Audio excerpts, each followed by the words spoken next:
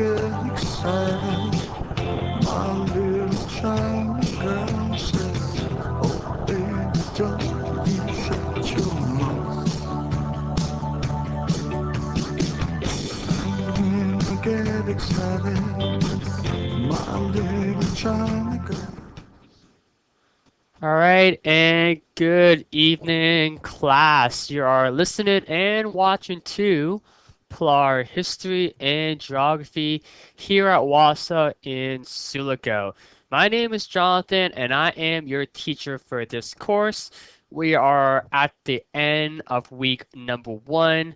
We are at the brand new school year. This is term 1A, and I'd like to remind all students we are together for the next 9 weeks, where the first half of this course will be history, and then halfway through the course, around week 5, give or so, we will begin looking at geography. I already noticed that we have Dina from Fort Hope online with us, which is fantastic. So continue to call in, listen, and to participate.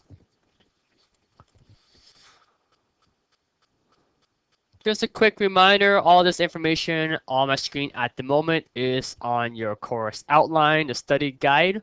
So again, just a reminder how to listen and to participate. You can simply just call the WASA studio at 1-800-465-7144. You can also log on to the Bridget software either at your home with a computer or laptop, or you can stop by your learning center in your community as well, and then hop on a computer and log on to Bridget, and you can participate that way as well. To get in touch with me, your teacher, Jonathan, again, feel free to give me a call at any time during my office hours. Again, just call WASA front desk, 1-800-667-3703, extension 2221, or simply just ask for Jonathan. Again, I do have my cell phone posted. Again, if you have any question as you're working on your assignments in the evenings or on weekends and it's super urgent, feel free to give me a call. If I do not answer, simply just leave a message and I'll get back to you as soon as I can. Email. If you have an email, again, feel free to send me an email. I'm always on my email during my office hours. Again, just send me an email at jho@nnec.on.ca. Again, social media. I know everyone out there has Facebook, so why not add another friend? So feel free to add me as a friend, jhowasa. That way I can give class reminders, post notes, send you links to my YouTube channels of previous class lessons, all that fun stuff as well. So again, feel free to add me as a friend on Facebook. Again, like I mentioned, I do post all of the recorded lessons onto my YouTube channel. Again, just search jhowasa, and then you can always go back if you miss any lesson or content and check that out as well. Office hours, it's there. There should be a copy of that at the Learning Center, or just talk to your DC about that. Reminder class, you need your textbook for this course. So lesson 1 to lesson 3 has history, and lesson 4 to lesson 5 contains geography. So depending on which half of the course you may need one, you may need both. Just make sure we have that as well. Your workbook. Your workbook contains all of your assignments and all those questions that you need to complete in order before you can write the test. Again, lesson 1 to lesson 3 has history questions and assignments, and for geography, lesson 4 and lesson number 5. I know is that we have some calls coming in too.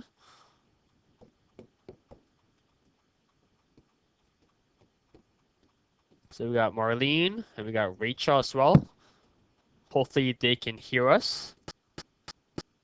Hopefully they can also let us know which community they're from.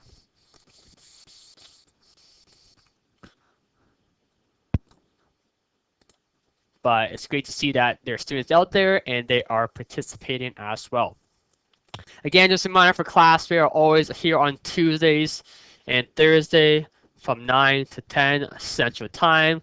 On the Eastern time slot, that is 10 to 11, which is super late for some of us.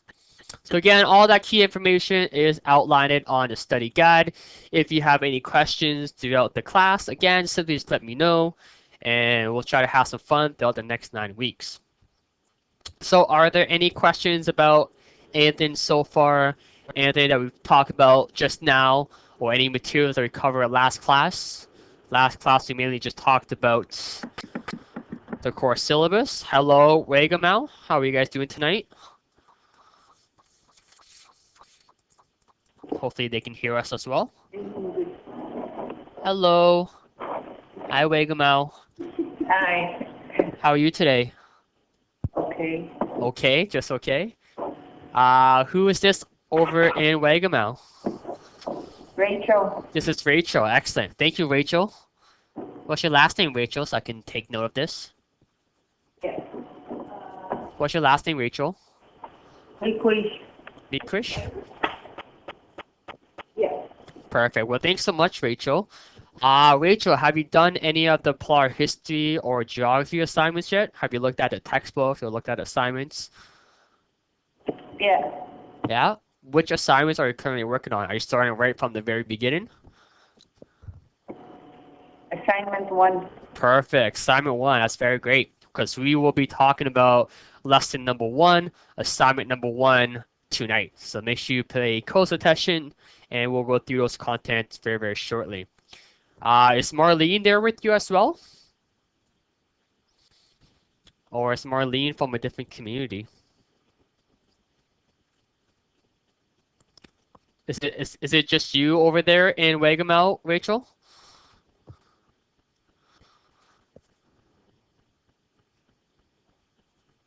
Renel's here too. Renell? Okay, perfect. I'll make note of that. Hi, Renell. Hopefully Renell can hear me. Hi, Renell. What? Awesome. All right, and we also have Kingfisher. Can anyone hear me over in Kingfisher? It's just me, Roger Kenneth Jr. Who's that again? Over in Kingfisher? Roger Kenneth. Robert? Roger. Roger? Roderick. Rodrich. Okay. Roger. Perfect. Thanks so much for joining with us over in Kingfisher. And we also have Waterman. Hello over there in Waterman. How's everyone doing over there? Hello. Who do we have over in Waterman tonight?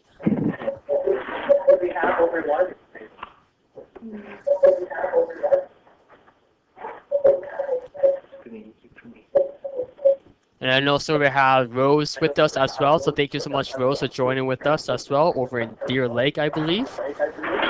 So again, we have lots of students, lots of community, which is fantastic. So again, continue to call in, participate, ask questions, try to make it fun as well. And hello to Michelle as well. Is Michelle from Wagamel?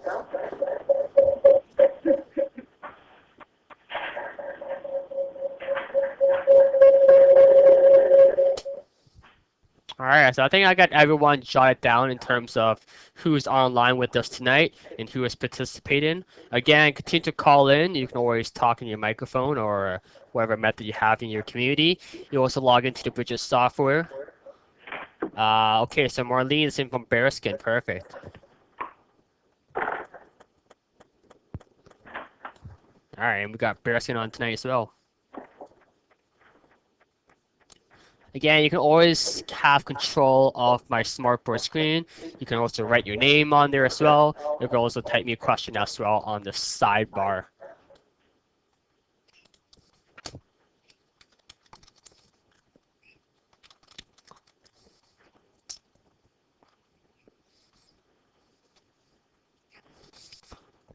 All right.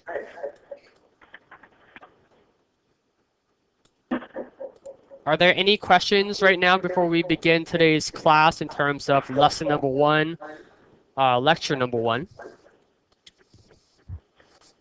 Again, feel free to ask any question at any point. If something doesn't make sense or something that as a class you want me to go over, again, just let me know. I don't mind stopping halfway through a lesson, going over details again. We have lots of time. Like I mentioned, we're together for the next 9 weeks. So again, continue to work on those assignments, whether you're starting right from assignment number 1 or just continue where you left off from last year or the year before that, or etc. Okay? Excellent. So we're going to begin today's class looking at lesson number 1, looking at history, looking at Canada in the early 1900s. Okay, so if you have your textbook, we're starting right on page number 1. Okay, so we're looking at Canada since the early 1900s, in other words, the 20th century. That is our time frame for today. So let's jot down some learning goals or some topics that we will be discussing in terms of today's lecture. You don't have to copy this down. This is just something that we can follow. So we will be talking about Prime Minister Wilfrid Laurier and his impact while he was in office. We'll be also talking about Canada's train or Canada's railway system and how that was a key development in terms of establishing and creating Canada in terms as a nation and its identity. We'll be talking about something known as the Boer War and why that was significant in terms of shaping Canada's identity moving forward. We'll be talking about immigration.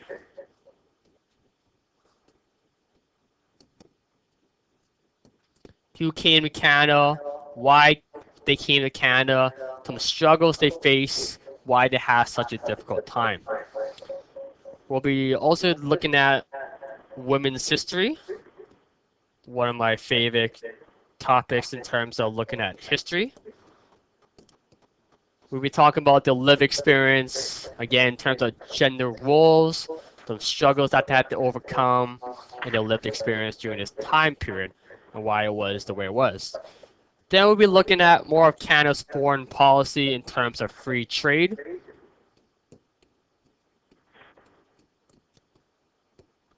Free trade with the United States and why that was significant. And as promised, I will always try to integrate some indigenous content as well.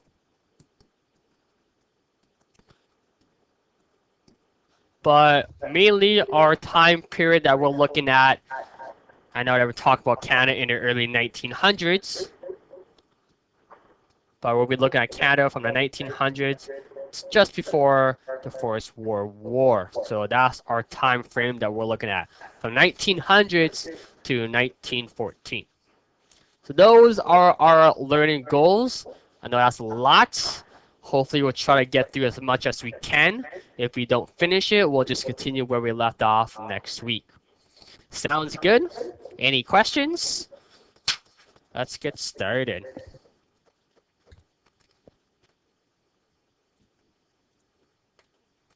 So like I mentioned, for anyone starting right from the very top, we're looking at Wilfrid Laurier. He was Canada's Prime Minister during this time period. Where can you find his information? Well, you'll see his name pop up again. I'm going to put a little star beside his name to know that he is significant and that you'll see his name pop up on the assignments again. And where can you find this? Simply on page number 1 in your textbook. So if you're following along at home or in your community or at your learning center, you can follow along right at the very top of page number 1 in your textbook.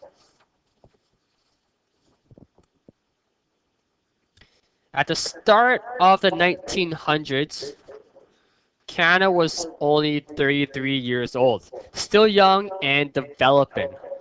But Canada wanted to be a self-governing country, moving away from Britain. So, Prime Minister Wilfrid Laurier, this man right here, you may have seen his face before. Has anyone recognized this face or his face before. If you have a $5 bill, the Canadian $5 bill, his face is on it. He is on the Canadian $5 bill. So you may have recognized that face before, and that is actually Wilfrid Laurier, Canada's Prime Minister during this time period, or at the start of this century. He was in office from 1896 to 1811. So you don't need to know the date that he was in office, but we need to know why he was significant and why he was important, what his goals were. Why was he in office? What did he want to achieve when he was in office? So his goals were Canada's development of Western provinces. As we know, Canada is a massive country from east to west, even from up north as well. But he really wanted to expand Western provinces. And as a result of that, he established Saskatchewan and Alberta in 1905. So in 1905, he also established Saskatchewan and Alberta, two new provinces that he created in 1905. Wilfrid Laurier also wanted to build up the railroad system or the train system. We talked about that a bit of last class, where the train system is really significant in terms of expanding, uniting, trading back and forth, east to west, in terms of trades and resources. That was pretty significant, and he really wanted to build that up. Wilfrid Laurier also wanted to build Canada's own defenses. Again, we wanted to move away from the British Empire's image. So this is why he was significant. In terms of Laurier's point of view, in terms of the 20th century, it was Canada's century, a land of promises, or the land of opportunity. Things are changing, things are starting to boom and expand. This is now the time. So Wilfrid Laurier, why was he significant? Right here. Development of Canada's Western provinces, build up railway system, and Canada's own defenses. So overall, why Wilfrid Laurier was significant? Well, he also eliminated the law on public funding for Catholic school boards, separated school systems for Roman Catholic and Protestants in Manitoba. And he also wanted Canada to continue to industrialize, urbanization, like I mentioned, national unity by simply creating two new provinces, Saskatchewan and Alberta. So Wilfrid Laurier in a little snapshot right there. Are there any questions about Wilfrid Laurier? Again, all of this information is in your textbook. Again, I also added more details and content to it. Your textbook just provided a little brief description, but by listening in class and follow along with my slides, you will have a deeper understanding of their significance and their influences. Any questions? Any questions? Any questions? Excellent. Let's move on to our next slide. Again, this slide right here and the next couple slides you will not see in a textbook. Again, this is just some additional information that I have added and included to have a deeper understanding of the content. So feel free to just listen and learn as well. So some fun facts about Canada's railway train system. In other words, I put in quotation, the Canadian expansion.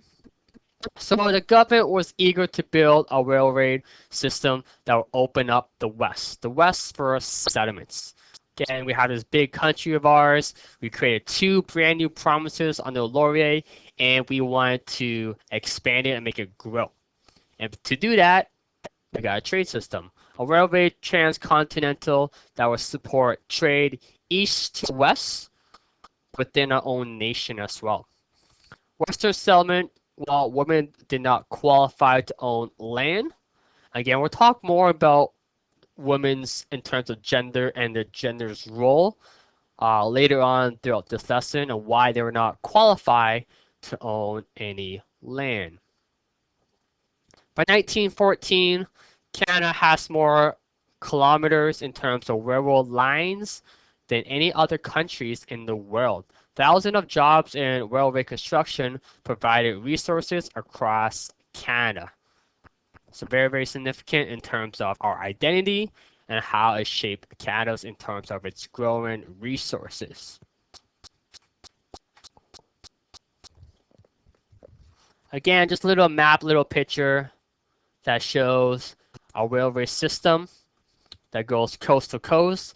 Note that if you have ever been to Sulikout, there's a train station in town that you can hop on and go coast to coast if you feel like it. But again, it just shows that we have access to go coast to coast, all the way from BC all the way to the East Coast, Nova Scotia, if we wish to.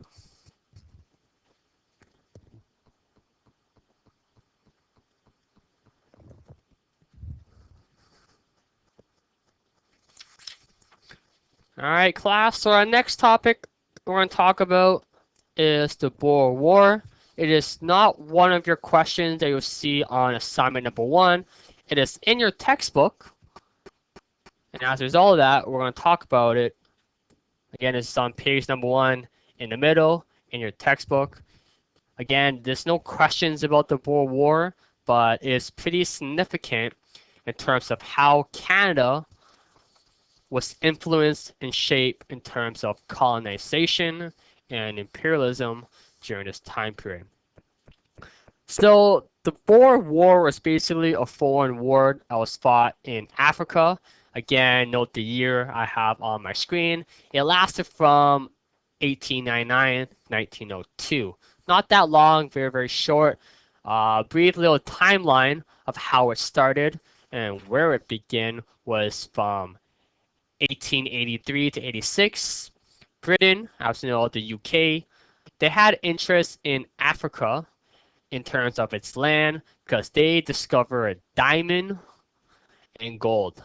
Significant in terms of resources and wealth.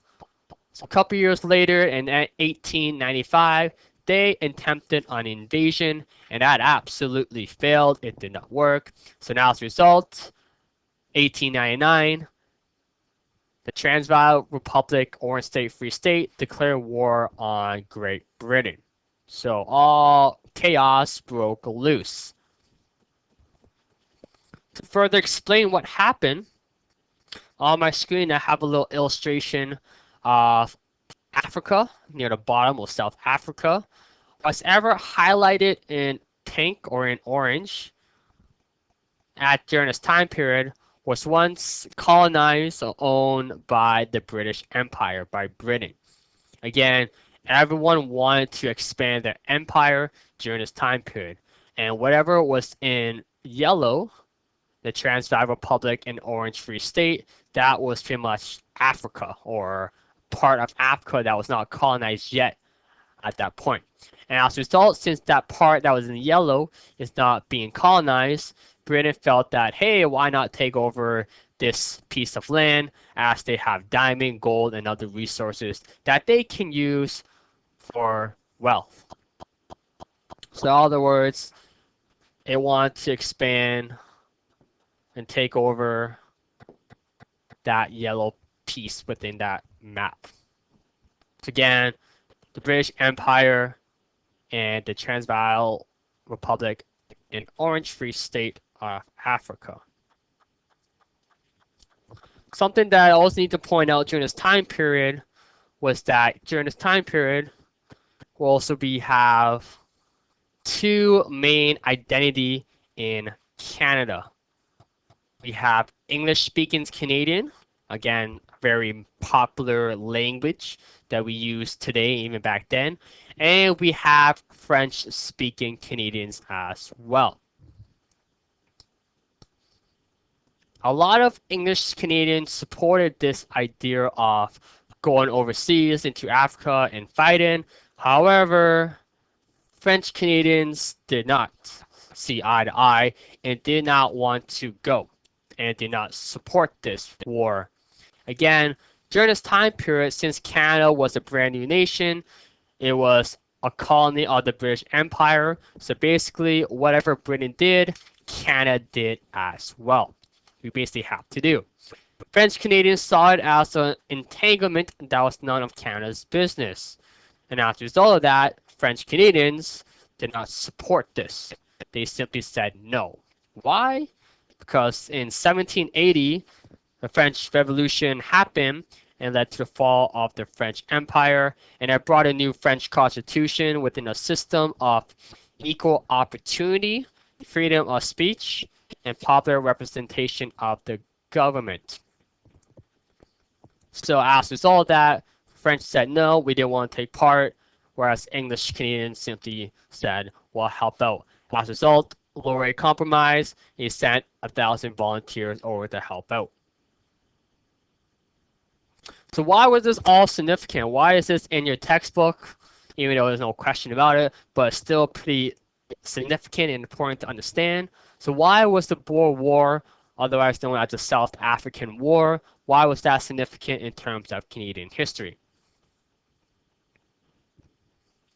Well, it was Canada's first overseas war. It was Canada's first foreign war as well. It increased Canada's identity as an English nation, as we helped out. It gave Canada confidence to participate in international events.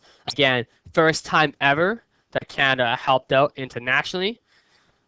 It also demonstrated that Canada can be its own nation. Again, we're still young at this time, but we're still growing and establish our own identity and nation. And it further increased the tension between English and French who lived in Canada. And we'll see that later on when we talked about what was Canada's like during World War One. But again, there was two major groups, English speaking and French speaking, and they did not really see eye to eye.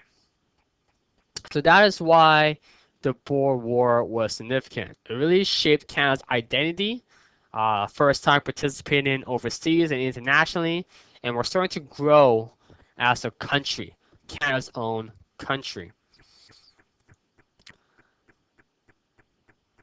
So again, I noticed that we got a lot of communities calling in. Again, we got Kingfisher, Wagamau, Waterman, and Fort Hope. I know Fort Hope has been on the Bridges software for a while now, but again, it's great to see it. Again, continue to call in. The more, the better. That way we have a more lively, engaging class. Again, continue to ask questions at any point throughout my lectures as we go through these slides. Again, all this information can't be found in your textbook, well, most of it. Again, I'm also adding additional information on top of it to have a deeper understanding.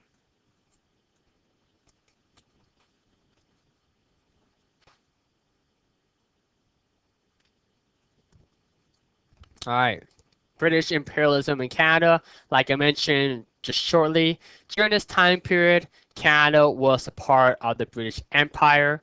So basically, whatever Britain did, Canada had to do as well. This is known as imperialism, imposing basically one's culture influences upon another, almost like colonization in a way.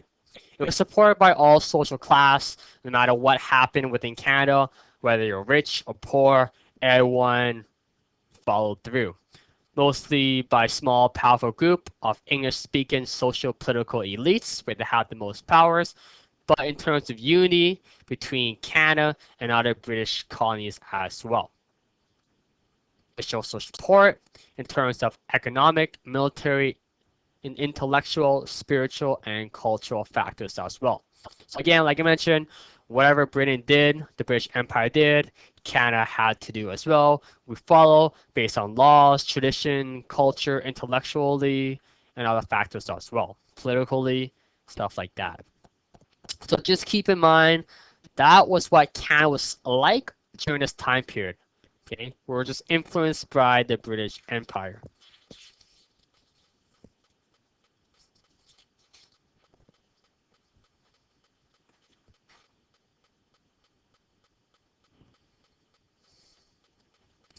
So at the bottom of page number 1 in your textbook, so hopefully everyone has a textbook right in front of you. That way you can underline, highlight, circle key facts as we move along.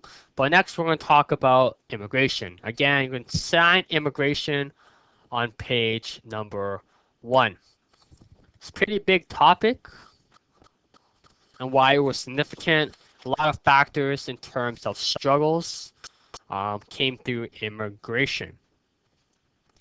So again, keep in mind that we're talking about Canada in the early 1900s, okay? In the early 1900s. Between 1901 and 1921, we had 3 million newcomers. That is a lot of people. 3 million newcomers who came between 1901 and 1921. Note that Canada's population back then in 1921 was just under 9 million. Just under 9 million. And Canada's population nowadays is roughly approximately 35 million. 35 million. Didn't want to give an exact number because it's constantly always changing, but roughly the size of our country right now, that includes absolute everyone, yourself and me, we are part of that 35 million. So why was there so many people coming to Canada during this time period? Okay, why is there so many people coming? So this chart, as it shows on my screen, we got the 1900s, 1912, and you can see the spike in terms of how many people came.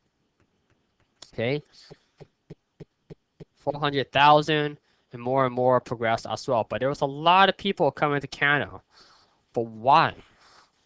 Okay, why was there so many people coming to Canada? Can anyone guess why so many people wanted to come to Canada? Any guesses?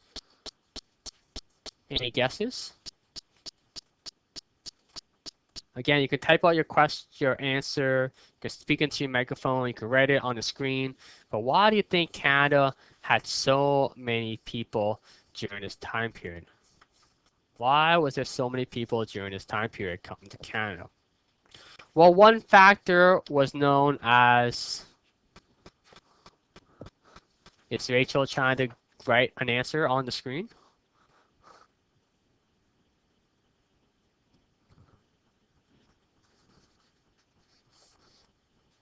I'll give the class a few minutes.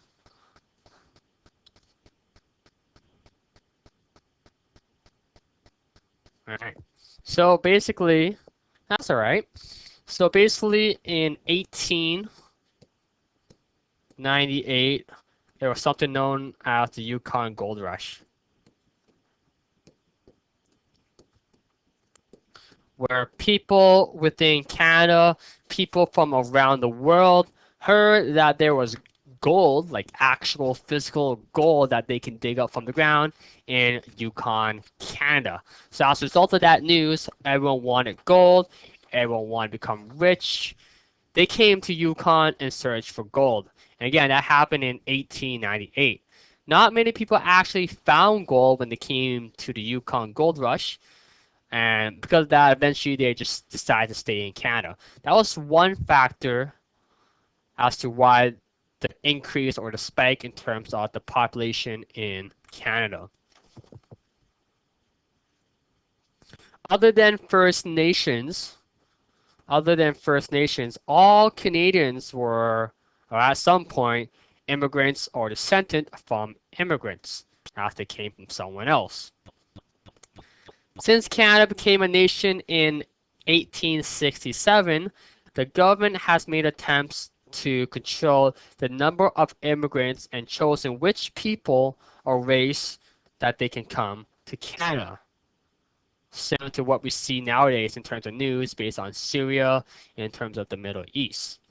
Canada wanted to see British. They wanted British people to come to Canada as they saw British citizens as desirable so that they can keep and maintain the British character, culture, and influence within Canada. Okay, now so in other words, we want to maintain a white society dominated by the whites. And I got two definitions on my screen in terms of race and racism. Again, we have heard these two terms a lot, but we may not necessarily know what they mean in terms of race and racism. Again, I will use these two terms, race and racism, throughout our lecture. You even see it within your textbook, but to have a deeper understanding of what race and racism actually means, I have the definition on my screen. So race can be defined as identifying a distinct population based on its appearance, culture, ethnicity, or social economic status. Okay, that is race, identifying a distinct population based on its appearance, culture, ethnicity, and social economic status. That is race. A particular group of people based on its appearance and its ethnicity and its culture. Racism, on the other hand, can be defined as treating a population different based on socially constructed values. So basically treating a particular group or population differently based on its socially constructed values. Based on values that they cannot control, it was socially constructed, and as a result of that, we treat them differently. Okay, we treat them differently. So that is race and that is racism. Hopefully that kind of clears up those two definitions, those two terms, as we continue to look at immigration.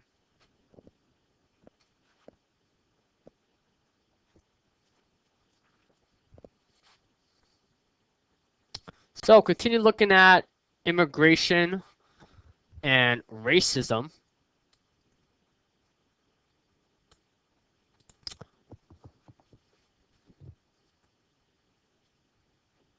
In your textbook, it does talk about this as well, in terms of how Chinese Canadians, they were treated differently during this time period when they first came to Canada. So Chinese Canadians, in terms of how they struggled and overcame racism.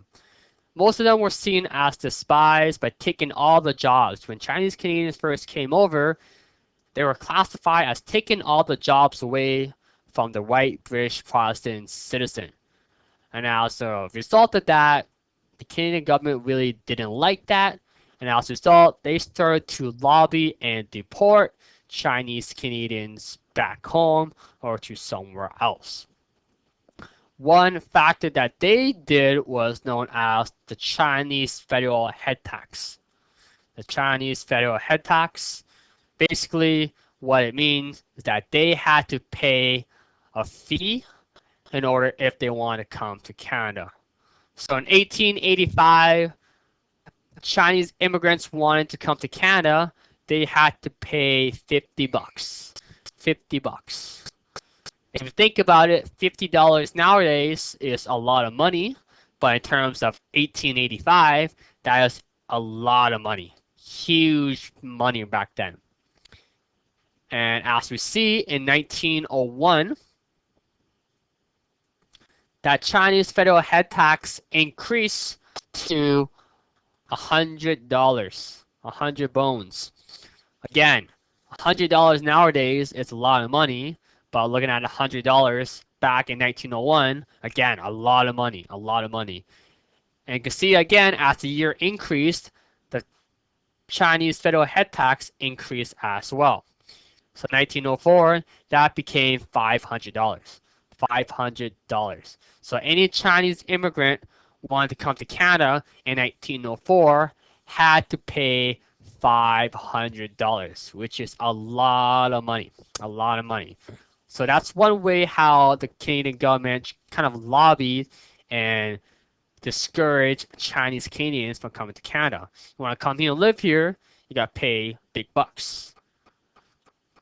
So now, so people that did come to Canada, Chinese Canadians that did come to Canada, they live in segregated communities known as Chinatowns. Again, a lot of racism, A lot of unfair treatment, discrimination was faced based on Chinese Canadians. This trend of racism towards Asian Canadians coming to Canada continued. Again, a lot of them lived out west in BC, where 60% of them was actually white, but 40% was actually Asian, whether they're Chinese, Japanese, or other Asian countries. Primarily, the main goal for Asian immigrants that was coming to Canada was to live out west in BC, again, segregated in the little communities out there, not allowed to live anywhere they want, basically, in Canada. Other struggles that they had to come based on racism was that they couldn't vote, they couldn't enter several jobs, they live in public places, discriminated based on threatened with violence, abuse physically, and basically unfair housing policies. Again, just unfair, treated not the same. It's not the same. Again, a lot of example of immigration based on Asian, Chinese, etc., Japanese first coming to Canada. These are a lot of the struggles that they face. Why? It all goes back into maintaining Canada's identity. Okay, so basically, why did this all happen? Like I mentioned, Canada mainly wanted to be white. Okay, they wanted to maintain that British image, that white society image, and they wanted to grow that. So basically, that 3 million people that came to Canada, they were simply Great Britain, United States, France, Norway, Sweden, Iceland, Ukraine, Poland, all those other European Nordic countries coming to Canada. Again, not all was really welcome to Canada. Again, just wanted white, Christian, Protestant, farmers, working families.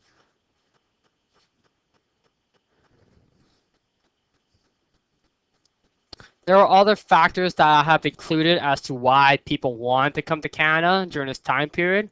Again, the growth of the Western Canada and Western provinces. A lot of immigrants came and lived out there and settled out there. Again, between 1896 to 1914, 1 million people came to Canada's West. But there are other factors as to why people wanted to come to Canada as well. And I like to call them pull factors and push factors. Pull and push factors as to why people wanted to come to Canada. So push. So why did people want to leave their country and come to Canada?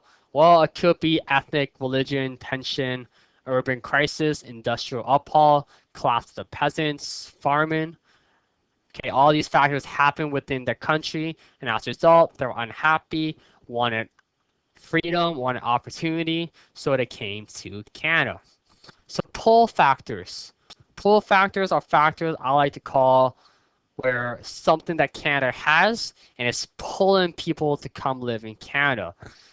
And some factors may include Canada's strong Canadian economy, high wages, technology, agriculture, machinery, improved transportation, goods for the people, and basically just a land for the opportunity.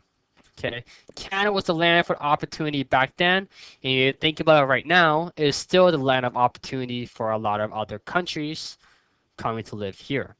So again, a great, beautiful country of ours, lots of opportunities, lots of changes starting to take place during this time period as Canada grows and start to establish its own identity.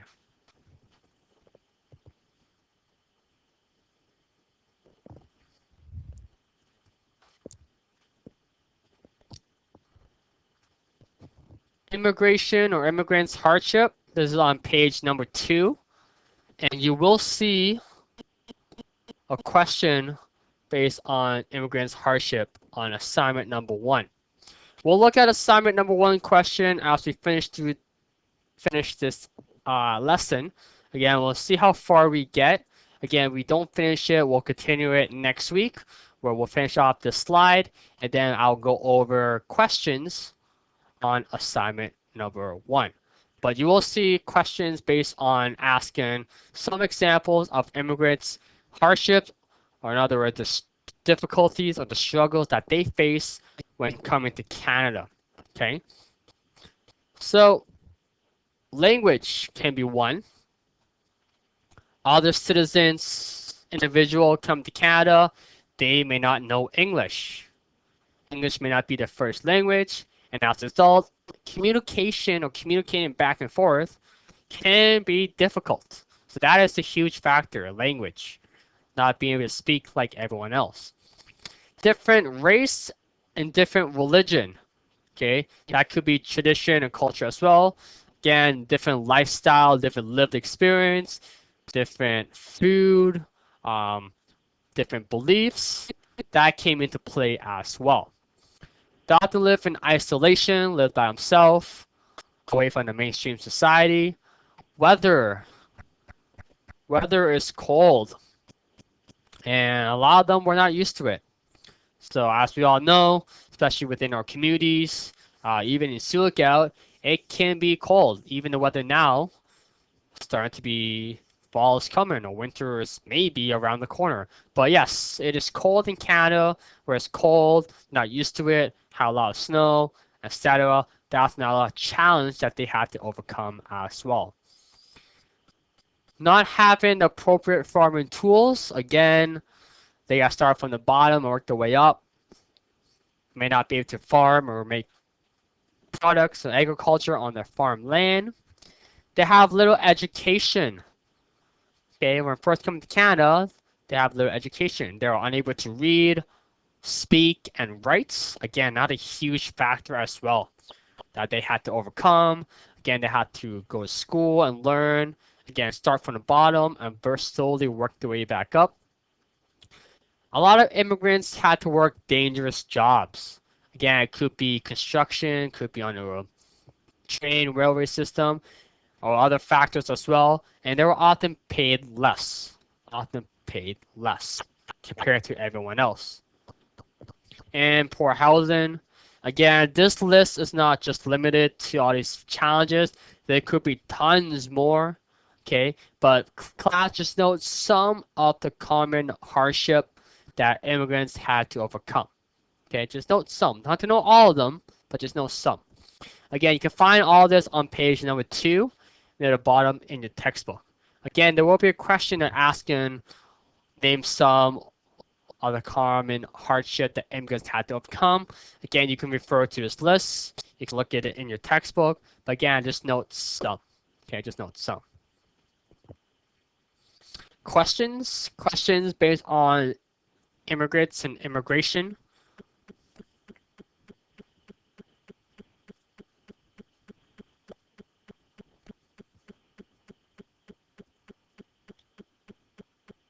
All right.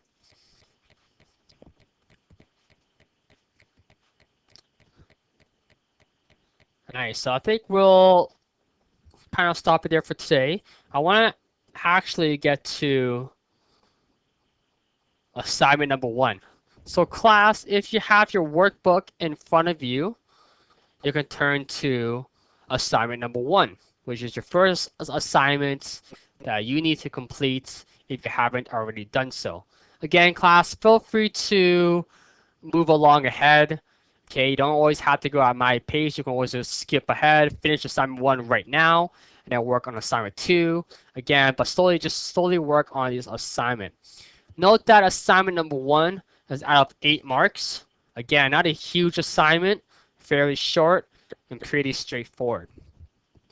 Okay, so we're going to go over the first 3 questions on assignment number 1 so that class can get started on it, and then we'll finish off this lesson or this lecture next week on Tuesday, and then we'll go back to looking at assignment number 1, finish that off, and then we'll move towards our next section, which is World War I. So hopefully everyone has the workbook in front of you and has turned to assignment number 1. What page is it on? I'm not sure, but it should be the first page within your workbook. So assignment number 1, question number 1 asks, what did Prime Minister Laurier, remember him, remember his name? The man on the Canadian $5 bill. What did Prime Minister Laurier and his government push for during his leadership? What did Laurier and his government push for during his leadership? In other words, what did Laurier want to do? What did he want to achieve when he was in office, when he was prime minister? What was his goals? What was his vision? Again, remember that that's on page 1. Okay, that's on page 1. We talked about it on our very first slide in terms of today's textbook. Again, if you're not sure, go back, look at the textbook. Go back, look at today's lesson, or you can simply just ask for help, and I can help you as well. Okay? So again, don't have to give me everything that Laurier wanted to do. Just jot down some key points. Remember, details, complete sentences. Again, don't just copy straight from the textbook. Question number 2 within assignment number 1. What were women required to do? Again, I don't think we quite went over that just yet, so you can kind of hold off on question number 2. But again, if you want to move forward and look at what were women required to do as immigrants, just stay tuned until next week to find out as we talked about it, as we explore about it, or you can simply just read your textbook and it's right there as well. But we could answer number 3. Name 2 common immigrant hardship. Okay, don't just give me 1. Just give me at least 2. Okay, there's tons. I had given the class a whole list. Again, that list can also be found in your textbook. Again, that is also found on page number 2 in your textbook. Okay, and that was out of 2 marks. Again, details, full complete sentences. Again, you can simply start up a write-in. 2 common hardship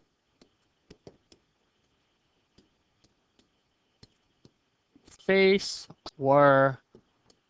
Okay, details, answer was being asked, add details, 2 common hardship face were ... Okay, any questions? So for example, I have given a class example on my screen right now. So what is an example of an acceptable answer that I'm looking for? Again, I emphasize details, full complete sentences, but what am I actually looking for? So if we go back at question number 1 on assignment number 1, again, as you remember, it asks, what did Prime Minister Laurier and his government push for during his leadership or his time in power or time in office? Okay, again, do not write this as an answer. Okay, do not, as in no, do not write this. Okay, again, all of this is straight from the textbook. Again, if class students write something on a line of this, you will not get full marks. Again, this is just straight from the textbook, and it doesn't really explain to me much as well. Okay, I know the answer is there. However, take the answer and put it into your own words. Okay, put it into your own words. Again, do not copy straight from the answer, from the textbook. Okay, so do not write something like this. Do not give me the whole paragraph. However, what you can write is something like this. Laurier and his government wanted to improve Canada by pushing for Western provinces development, creating more railways, and for Canada to control its own defense purposes. Okay, something like that. That will give you full marks. Okay, that will give you full marks.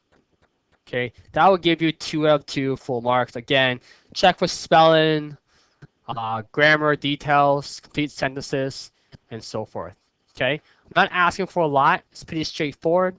Okay, if you're still not sure, again, ask during class, ask me on Facebook, email me, give me a call. Remember, I'm here to help. I'm here to help. I think we're going to stop it there for tonight. Are there any last questions or comments that anyone wanted to share before we wrap things up?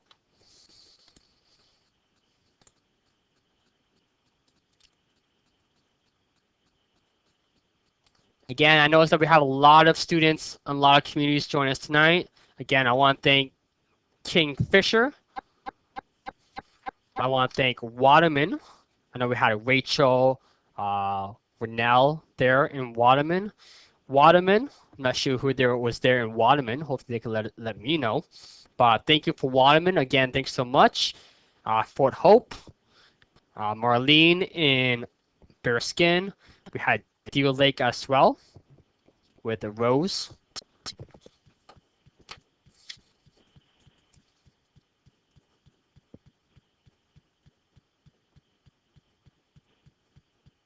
So that's great. So again, class, thanks so much for coming. Hopefully that helped a little. We'll continue where we left off next week on Tuesday as we continue looking at Canada in the early 1900s with lesson number 1. And then we'll look at Canada during World War I, what happened during World War I, how that started, and all that fun stuff as well. All right? All right, class, I'll see everyone next week. Have a good night and take care. Thank you.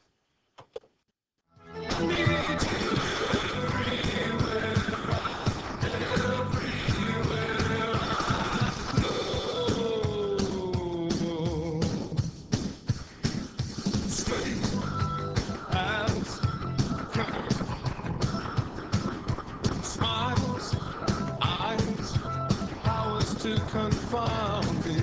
I lose